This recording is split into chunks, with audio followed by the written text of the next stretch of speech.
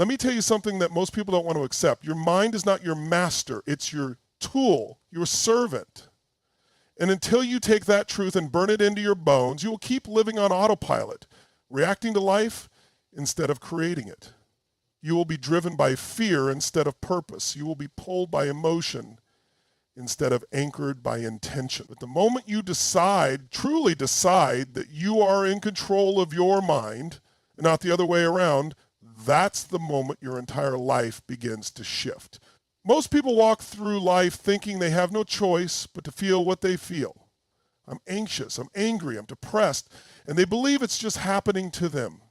But here's the truth. Emotion is not a mandate, it's not law, it's a signal. And you get to choose what to do with that signal. You get to reframe it, rewire it, redirect it. The mind is a powerful machine, but like any machine, if you don't take control of the settings, it'll run wild on default. And default is fear. Default is limitation. Default is survival, not creation. You've got to reclaim the driver's seat. And the first step to doing that is awareness. You cannot change what you're not willing to look at. You can't command a mind you haven't even taken the time to understand. So ask yourself, what are the patterns you keep repeating? What thoughts keep showing up when things get tough? Are you running stories in your mind that are serving you or slowly destroying your power? Because every thought you entertain is a seed. You either plant fear or you plant faith. You either grow doubt or you grow discipline. Let's get real. You're not going to wake up every day feeling inspired. You're not going to feel confident 100% of the time. But you don't need to feel it to do it. That's the shift. Champions don't wait to feel like it. They train their minds to act in alignment with their vision, not their mood. Discipline doesn't ask how you feel. It just executes. And discipline is what molds the mind into a servant instead of a tyrant. Your mind is designed to protect you. That's what it does. It looks for danger, it scans for risk, it prepares for failure. But protection is not the same as progression. The mind will try to convince you to stay safe, to play small, to avoid the unknown. But your soul is not here to survive, it's here to expand. You were born to lead yourself out of fear. You were born to evolve beyond limitation. And you don't do that by letting your thoughts run wild. You do it by interrupting the pattern and taking command.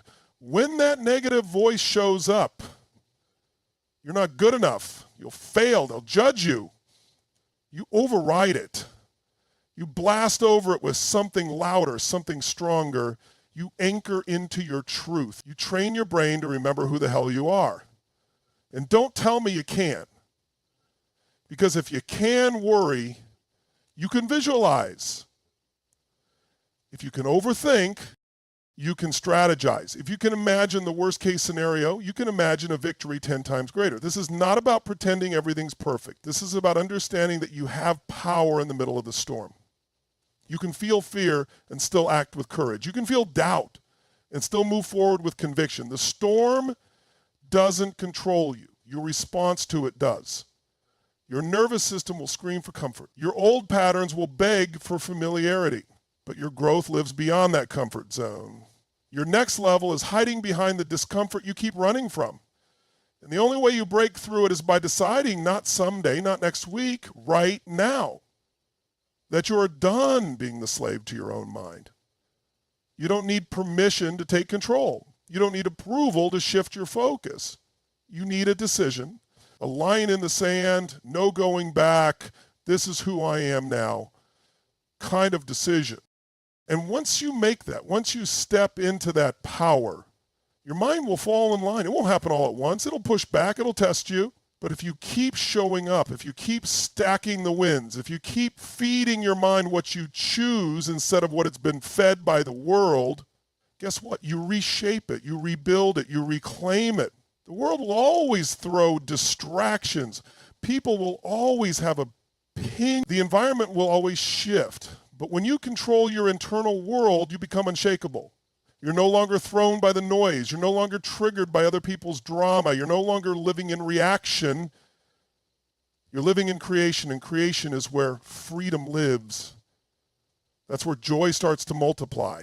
It's where passion comes alive again, not because the circumstances changed, but because you did. You trained your focus. You redirected your emotions. You became the architect of your own experience. And now, the same mind that once sabotaged you, now it's your weapon. Now it's your engine. Now it's your edge. You can walk into a room, a challenge, a battle, and instead of shrinking, you expand. Instead of doubting, you dominate. Instead of being pulled by your thoughts, you lead with your mission.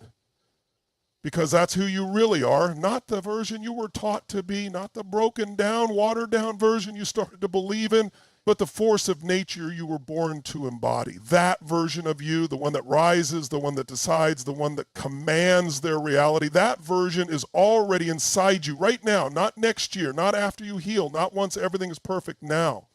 So stop waiting. Stop hoping your mind will magically change one day. Get in the arena, grab the reins. When the fear comes up, thank it and keep going. And when the doubt creeps in, smile at it and keep going. When the old patterns try to pull you back, laugh and keep going. Because the more you act like the master, the faster the servant falls in line. And once your mind understands who's really in charge, there is nothing you cannot do.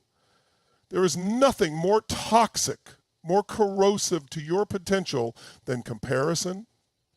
And yet so many people live trapped in it every single day. Scrolling through someone else's life, measuring their own value by someone else's success, judging their worth by what they lack rather than celebrating what they are.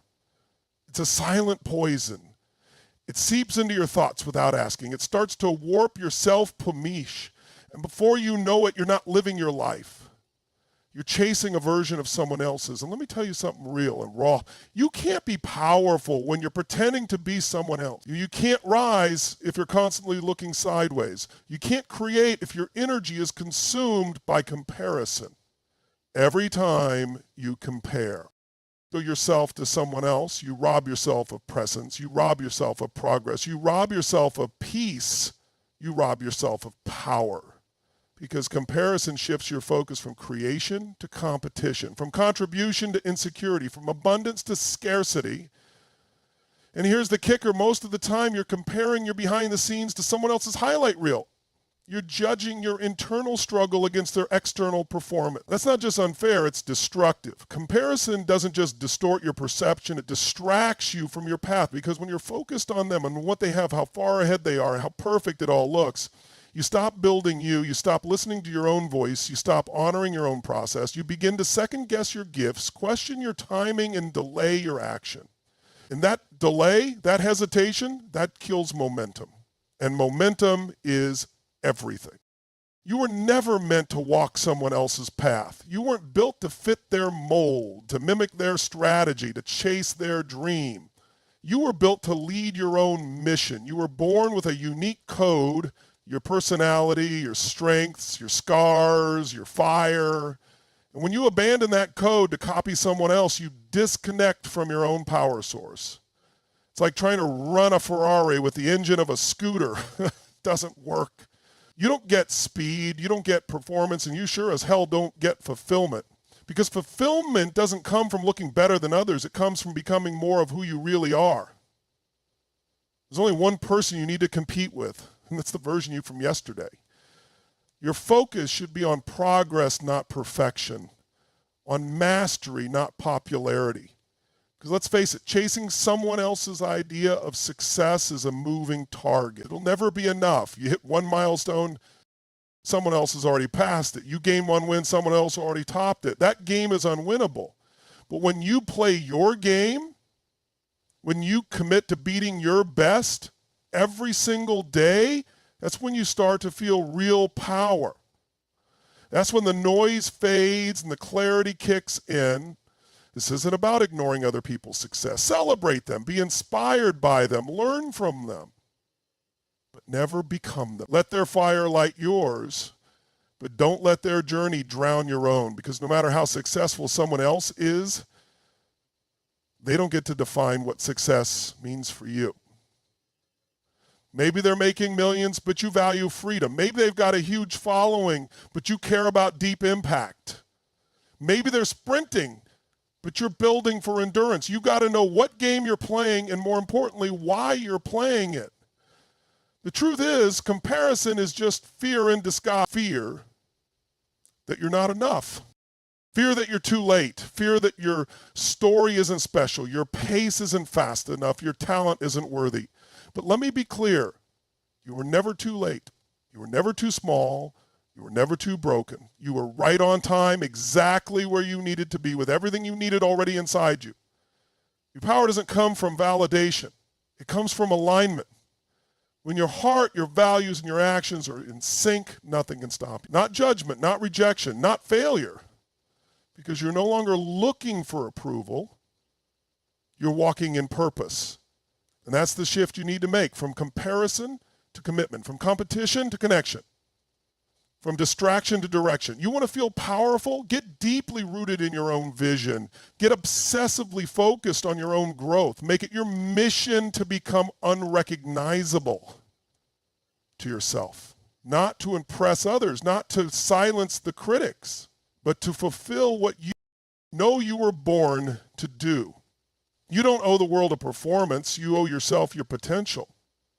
So the next time that feeling creeps in, that whisperer of they're ahead of you, or look how far they are, or you should be more like them, I want you to stop. Breathe. And remember this, their journey is not your assignment. Their timeline is not your deadline. Their path is not your blueprint. You are walking a road that no one else can walk, carrying lessons no one else was meant to learn, building a future that no one else is qualified to build. You were chosen for your path, so honor it. Start measuring yourself by your courage, by your consistency, by the way you keep showing up when it's hard, the way you stay rooted in purpose when it's lonely, the way you rise again after falling. That's real power, not likes, not status, not noise. Power is owning your story. Power is knowing who you are and refusing to shrink, even when the world tries to box you in. Power is creating, not comparing, because when you stop looking over your shoulder and start running your race, something incredible happens. You accelerate, you find your own rhythm, you enter your own flow, and suddenly everything that once felt heavy, jealousy, doubt, fear, starts to dissolve, not because the world changed, but because you did. You remembered who you are. And once you do that, once you fully embody it, there is no one to compete with. There is only a mission to fulfill, and you are the only one who can do it. Emotion is created by motion. It's not just a clever phrase. It's a fundamental truth of how you work as a human being. You are not a passive receiver of emotions. You are a generator. You create emotion through what you focus on, what you believe, and how you move. Your body is not just a vehicle. It's a command center. And when you change your motion, when you shift your physiology, you instantly shift your emotional state. Think about it. Have you ever seen someone depressed? You know it even before they say a word. Shoulders slumped, breathing shallow, eyes down, body heavy. It's a posture. It's a pattern. And here's the truth. Emotion has a physical formula. You sit like that long enough, breathe like that long enough, and think like that long enough, you're going to feel depressed, whether or not you have a reason. But the opposite is also true. When you stand tall, when you move with energy, when you breathe deeply, when you gesture with power, something changes. You don't just act differently, you feel differently. This isn't theory. This is biology. You have a nervous system is constantly taking cues from your body. You have hormones, chemicals, signals firing every second. And those signals respond first to movement, not thought, not reason, motion. The second you raise your energy, you send a message to your brain, we're alive, we're powerful, we're in charge, and your brain listens. So when you're stuck in a negative emotion, anger, sadness, fear, you gotta stop trying to think your way out of it. You can't outthink a state that's being reinforced by your body. You've gotta interrupt the pattern with movement. You've gotta use your body like the tool it is. Move, jump, yell, dance, walk, punch the air, whatever it takes to break the rhythm, to shift the gear, to create a new state that actually supports you. You ever notice how hard it is to be mad when you're moving your body and smiling like a lunatic?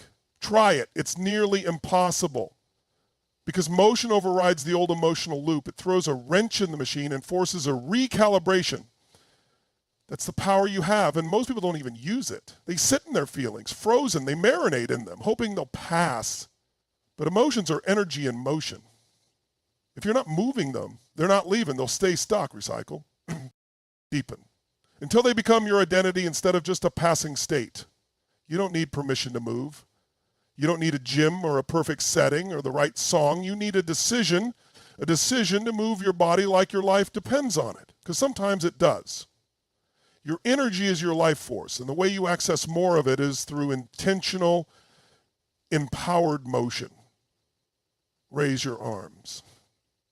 Clap your hands. Sprint in place, stretch, do push-ups, shake it out. Shift your breathing from shallow to full. These aren't silly hacks. These are primal triggers that wake up the giant inside you. Have you ever watched elite performers before they go on stage, athletes before the game, speakers before the crowd, fighters before the bell? They're moving, they're hyping themselves, they're jumping, slapping their chest, firing up their system. Why? Because they know if they wait for confidence, it might never come. If they move like they already have it, it shows up. They're generating the state they need to win. And you can too. You don't wait for motivation, you create it. You don't wait to feel strong, you move like you're strong. You don't wait to feel joy, you jump into it, because the mind will always follow where the body leads. And when you learn to master your emotion, you take control of the emotional wheel. You stop being the victim of how you feel. You become the architect of how you feel. Your emotions are not fixed, they're not facts. They're flexible, they're feedback. And when you start using your body to lead the change, you stop needing a reason to feel good. You decide to feel good. You choose the energy. You stop saying, I'll feel better when, and you start saying, I feel better now because I moved. You collapse the gap between suffering and freedom. There's no mystery to energy. It's created. You move with power, you breathe with purpose, and your body responds. Your mind sharpens. Your focus narrows, your confidence rises. Because energy isn't just physical, it's emotional, mental, spiritual. It touches every layer of who you are. And you access it through action, through decision, through deliberate conscious motion. Most people live flat because they move flat. They don't move with intention. They don't engage their breath. They sit, they slouch, they scroll. And they wonder why they feel tired, anxious, low. Your energy is not missing, it's trapped. And the way you release it is through motion. That's why sometimes the best therapy is a walk in the sun, a dance break, a cold shower, a sprint, a shout. It's primal, it's direct, and it works. You got to make it part of your life. A ritual, non-negotiable. Not something you do after you feel better, but something you do to become better. Start your day with motion and watch how your entire emotional tone shifts. Don't reach for your phone, reach for your breath. Reach for a stretch, for jumping jacks, for push-ups. Whatever it is, train your nervous system to wake up with energy instead of anxiety. And when stress hits, when pressure comes, don't collapse, don't freeze, move, shake, pace. Take control back. Your emotions are tools. They're not chains. But if you don't direct them, they'll direct you. If you don't move with intention, you'll move with reaction, and reaction is inconsistent. But intention is power. Intention is how you turn a low moment into a breakthrough. Intention is how you turn chaos into clarity. So the next time you feel stuck, heavy, overwhelmed, I want you to remember this. Emotion is created by motion. You're not a victim. You're a creator. You're a machine of energy, of life, of raw and tapped fire, and it's waiting on you to move. Don't wait to feel ready. Move now, breathe now, shout now, take the step, the leap, the spin, whatever it takes to remind yourself that you are not your feelings. You are the one who decides what to feel next. and that power lives in your motion, let that be the message you carry. Let it be your strategy, your weapon, your ritual. Because when you move, you don't just change how you feel, you change who you are. You evolve, you rise. And that's what this is all about. Elevating your state, owning your power, and living in a peak you created with your own body, your own will, your own motion. Let me know if you'd like this piece tuned into a hype video script, a stage monologue, or chopped into bite-sized quotes for content. This is pure fuel. Your focus creates your reality, and it's not just a metaphor, that's truth at the core of your experience as a human being. Wherever your focus goes, your energy flows. Your decisions follow, your emotions attach. And the life you experience, moment by moment, is shaped, molded, sculpted by what you give your attention to. You don't see the world as it is. You see the world as you are through the lens of what you focus on most. Focus is a force. It's not passive. It's a weapon. It can build you or break you. It can liberate you or limit you. And most people are completely unaware of the power they're handing over every day by focusing on what disempowers them. Every day you are surrounded by noise, distractions, opinions, algorithms, notifications, doubts, comparison, fear. All of it, fighting for your attention, begging you to focus on what you can't control, what you don't have, what you should fear. And if you don't decide what to focus on, the world will decide for you. And the world will never prioritize your peace. It will never push you toward your purpose. It will keep you small, reactive, and afraid if you let it. That's why you've got to take control. You've got to reclaim your focus like your life depends on it. Because it does. Your results are not born from luck. They're born from focus. Your ability to lock in on a target and stay there despite chaos, despite setbacks, despite temptation. That's the game changer. That's the separator. That's what makes an average life extraordinary. It's not talent. It's not background. It's not how many degrees you have. It's how consistently you focus on what moves the needle, on what makes you stronger, clearer, sharper, more aligned with the life you actually want. You ever notice how two people can go through the same situation and come out completely different? One sees pain, the other sees purpose. One sees defeat, the other sees direction. It's not the event, it's the focus. It's the meaning they attach. And meaning is created through focus. If you focus on what's missing, you'll feel lack. If you focus on what you've learned, you'll feel growth. If you focus on what's possible, you'll feel hope. If you focus on what's within you instead of what's outside of you, you'll feel power. You want to shift your life? Shift your focus. Stop asking, why is this happening to me? And start asking, what is this teaching me? Stop focusing on the obstacles and start focusing on the outcome. Stop focusing on who's against you and start focusing on who you're becoming. Because when your focus is locked onto a vision, something greater, something meaningful, everything else starts to fade. The noise quiets. The fear shrinks. The excuses lose their grip. You become unshakable. You become a force. But here's the truth most people run from. Focus is a discipline. It's not something you find, it's something you build. It's a muscle. And like any muscle, it gets stronger the more you train it. You've got to practice eliminating distraction. You've got to train yourself to refocus when your mind wanders. You've got to be intentional every single day about what you allow into your mental space. Because your mind is sacred territory. It is where your future is born. One thought, one decision, one belief at a time. You don't let weeds grow in a garden you're trying to harvest. So why let fear, doubt, and drama grow in the space where you're trying to build your destiny? Your phone, your feed, the opinions of others, none of those deserve your full focus. You don't owe your attention to anyone or anything that drains you, doubts you, or distracts you from the person you are becoming. You've got goals, you've got vision, you've got gifts inside you that are waiting to be unleashed. But they can only rise if your focus is locked in. Your dreams are not out of reach. They are out of focus. Every day you have a choice. You can focus on problems or you can focus on possibilities. You can focus on the past or you can focus on the present. You can focus on what's wrong or you can focus on what's next. That one decision, what to focus on, will shape how you feel, how you act, how you live. And that decision is always yours. No one gets to take that from you unless you hand it over. When you learn to master your focus, you become the director of your own life, not a spectator, not a victim, a creator. You start to live by intention, not by reaction. You start to act from purpose, not from pressure. You stop waiting for clarity to arrive and start generating clarity through focus.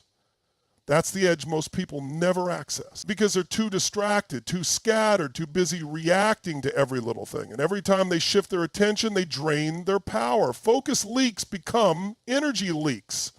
And energy leaks become identity leaks. You forget who you are when your focus is fractured.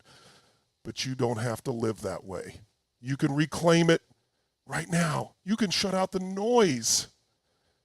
You can train your mind like a warrior. You can dial in on your vision and choose to see only what builds it, what fuels it, what grows it. That's not delusion, that's discipline. That's how winners think. Not because they're pretending things are perfect, but because they refuse to waste focus on what doesn't move them forward. They protect their attention like it's gold because it is. So if you want to change your reality, don't wait for a sign. Don't wait for permission. Start with focus. Lock on to who you want to become. Lock on to what you want to create. Get clear, get specific, and then cut off the noise that doesn't support that focus. It's not harsh. It's necessary. You cannot live a life of power while giving your attention to weakness. You cannot feel joy while focusing on pain. You cannot build greatness while obsessing over what's missing. Your life is too precious for that. This is your time, your moment to step out of distraction, out of confusion, and into direction. Decide what matters. Decide who matters. Decide what deserves your focus and what doesn't. Because what you focus on, you feel. What you focus on, you believe. What you focus on, you become. You are not your circumstances. You are not your setbacks. You are not the noise around you. You are what you focus on. So focus on strength. Focus on truth. Focus on growth. Focus on purpose. Focus on becoming the most relentless, grounded, powerful version of yourself, and everything else will follow. Feed your mind, starve the doubt. That's not just a catchy phrase, it's a way of life. It's a battle cry, because every single day you are either building yourself or breaking yourself, and it all starts with what you allow into your mind. Your mind is the most powerful weapon you'll ever own, and most people are letting it be fed by junk, fear, gossip, drama, negativity, comparison, lies, and then they wonder why they feel stuck, weak, anxious, small. But the truth is simple. You can't build an unstoppable life with a starving mind. You can't create greatness when you're feeding your brain poison. You've got to protect that space. You've got to be ruthless with what you allow in, because whatever you feed will grow and whatever you starve will die. Doubt doesn't start big. It starts as a whisper, a thought, a flicker of uncertainty. It asks, what if you fail? What if you're not good enough? What if they're better than you? And if you feed that doubt, if you entertain it, repeat it, give it attention, it multiplies. It starts to dominate your decisions. It starts to color your view of yourself. It becomes your inner voice. And that voice can be loud enough to keep you from taking a single step forward. But here's the truth. Doubt is not the enemy.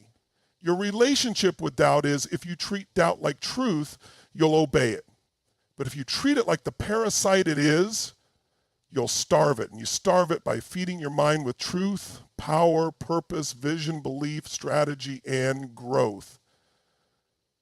You can't just stop doubt by thinking positive. You've got to drown it in truth. You've got to overwhelm it with knowledge.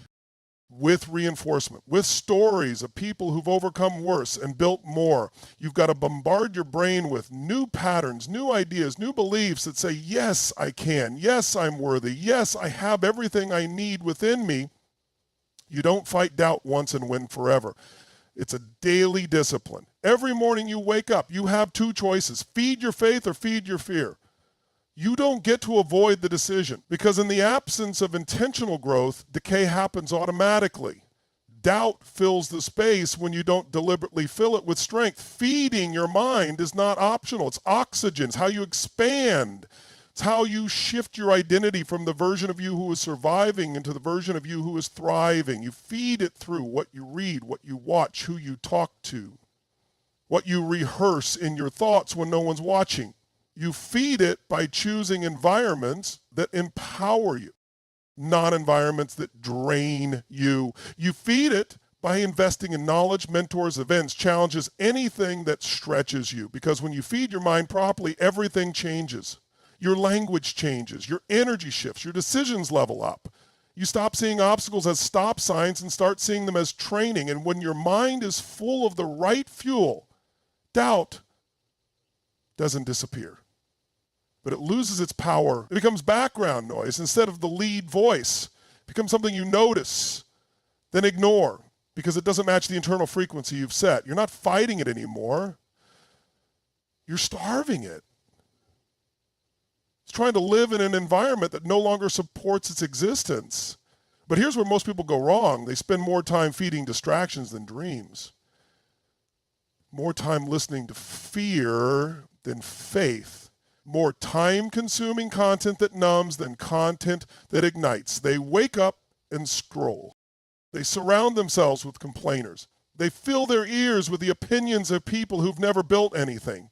And then they wonder why they feel lost. They wonder why they second-guess every move. You can't expect confidence to grow in soil that's poisoned by doubt daily.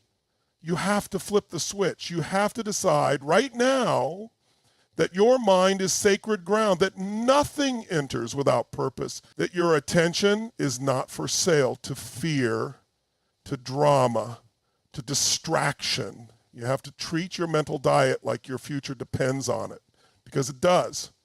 You are what you consume. Your beliefs are shaped by repetition, and repetition of weakness will become your normal unless you interrupt it with something stronger, something bolder, something true. So start the day feeding yourself what lifts you. Read something powerful. Listen to a voice that sharpens you. Speak out loud the identity you are stepping into. Remind yourself what you've survived, what you've overcome, what you've built, even in the middle of chaos. Focus on your wins, your lessons, your progress. Talk to yourself like someone who actually wants you to win, because you are always being programmed either by fear or by purpose, either by the world or by your will. And if you don't take charge of that programming, your mind will default to the oldest, weakest version of you. That version you've outgrown, that version that doubts and stalls and hides. And that's not you anymore. You're here because you want more. Because there's a fire in you that won't be satisfied playing small.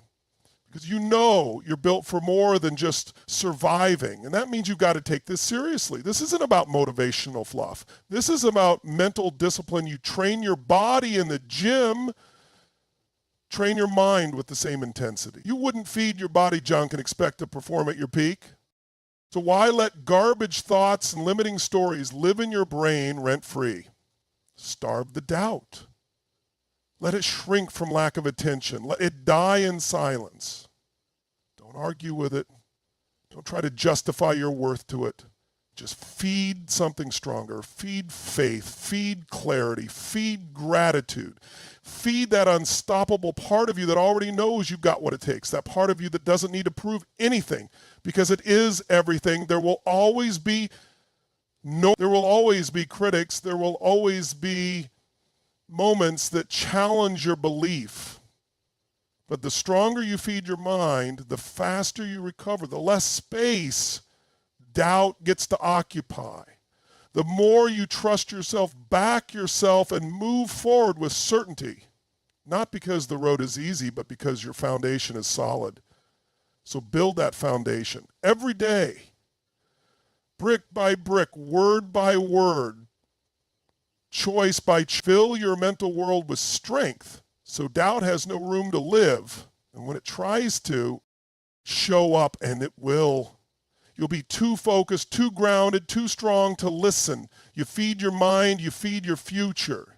You starve the doubt, you create space for greatness. That's the game. That's the work. Keep feeding, keep rising, own your story, don't let it own you. That truth right there can either be a burden or a breakthrough. Because all of us, every single person walking this earth has a story. You've got a past, you've got scars, you've got mistakes, moments you're proud of and others you'd rather bury. You've been hurt, you've fallen, you've questioned yourself. You've doubted your worth. Maybe you've even told yourself stories like, I'm not enough. I always mess things up. They never stay. I guess this is just how life is. And somewhere along the way, those stories got cemented into your identity, not because they were true, but because they were repeated. But here's the truth you've got to take hold of. Your past is a place of reference, not residence. Your story is not a prison, it's a platform, but only if you take the pen back into your hands and start writing it on your terms. Because if you don't own your story will own you. It will define your decisions, it will set your limits, it will run in the background like an invisible script, influencing every relationship, every opportunity, every time you look in and the worst part, you won't even realize it's happening. You'll think it's just how you are, but you're not broken, you're programmed. And the good news, programming can be rewritten. Too many people let their past define their potential. They wear their story like a chain around their neck. They say things like, this always happens to me, or that's just who I am, or that's what I was raised. No, that might have been your environment, your experience, your circumstance, but it's not your truth. You are not what happened to you. You are what you decide to become, despite it. You don't need to erase your past. You need to own it. Because owning it gives you power. Owning it means you don't run from it. You face it. You look it in the eye and say, you shake me, but you don't define me. See, the difference between someone who thrives and someone who stays stuck is not the weight of their story, it's how they carry it. It's the meaning they give it. Some people let their story become a chain, others turn it into a sword. The ones who rise are the ones who say, this happened, yes, but it didn't happen to me, it happened for me. Not because the pain was beautiful, no, pain hurts, but because pain reveals. Pain wakes you up. Pain cracks the shell around your soul and forces you to find strength you didn't know you had. That's the gift inside the grit. Your story has power. Not because it's perfect, but because it's real. And real stories heal. Real stories connect. Real stories lead. But only when you choose to tell it from a place of ownership, not from a place of victimhood. Because let me be clear, being a victim of something doesn't make you weak. What makes you weak is when you let that identity stay on you long after the moment has passed. You're allowed to feel it. You're allowed to cry, to rage, to fall to your knees. But you're not meant to build a home there. You're meant to rise. You're meant to stand up with shaky hands and a burning heart and say, this will not be the end of me. I'm not here to be defined by the worst thing that happened. I'm here to decide what happens next. That's ownership. That's power. It's how you take your story back. You look at every chapter, especially the dark ones, and you pull the lessons out. You find the resilience, the wisdom, the grit. You look at the patterns and you break the ones that don't serve you. You stop saying, that's just how I am, and you start saying, that's who I was.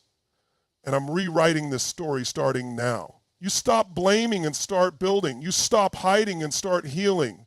Most people are afraid to own their story because they think it makes them weak, but the opposite is true. When you own it, you take the power back. When you speak it, you shatter shame. When you wear it with courage, you stop needing to prove anything to anyone. You become real, and realness is what the world needs more of. Realness is magnetic, it's bold, it's freeing. And when you stop hiding parts of your story, you start living as a whole person, not a fragmented version of yourself. Don't wait for someone else to validate your transformation. Don't wait for the pain to disappear before you declare your healing. You don't need the past to apologize before you step into your power. You just need to decide. Decide that the old story isn't in control anymore. Decide that from this day forward, you're the author. You choose what the next chapter sounds like. You choose what beliefs stay and which ones get replaced. You choose whether you tell your story with pain in your voice or purpose in your soul. And yes, rewriting your story takes courage. It takes guts to look at your wounds and not flinch. It takes fire to say, I refuse to be a character in a story someone else wrote for me. But the moment you do, something changes. You stop playing small. You stop waiting for rescue. You stop explaining yourself to people who were never meant to understand your journey. You become your own rescue. You become your own answer. You become the proof that even the messiest beginnings can lead to powerful endings. So stand tall in your story. Don't run from it. Don't minimize it. Don't twist it to make others comfortable. Own it. Stand in it. Speak it with pride. Not because it was all pretty, but because it's yours, because you lived it, you survived it, and now you're using it. Your story is not a mistake, it's a message. And someone somewhere is waiting for you to own it so they can find permission to own theirs. Never forget you are not your trauma, your past, or your failures. You are the one who walked through all of it and still found a way to rise. You are the author. And the pen is in your hands now. So write something that sets your soul on fire. Something that doesn't just sound good, but feels true. Something that lifts others just by being lived. This is your life. This is your power. This is your story. And it's time to own every damn word.